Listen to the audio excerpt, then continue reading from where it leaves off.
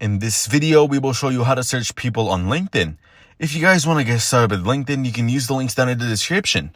Start by opening LinkedIn and logging into your account. Once you're logged in, go to the search bar at the top of the page and type in anything you're looking for, like video editing.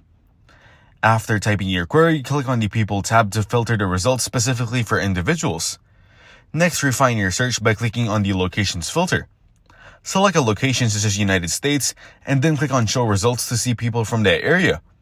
For a more detailed search, click on All Filters to access advanced options. Here you can narrow down your search by selecting connections such as first, second, or third degree connections. You can also choose a specific company by checking the box for companies like YouTube, Netflix, or NBC Universal. Then scroll further to select additional options such as connections of, followers of, or past company, and fill in as many details as possible to get more accurate results. Finally, after selecting your preferred filters, click on Show Results to see the refined list of people matching your criteria. So that's how to search people on LinkedIn. Make sure to use the links down in the description to get started with LinkedIn. If this video was helpful, please consider leaving a like and subscribing to my channel. With that being said, I'll see you in the next video.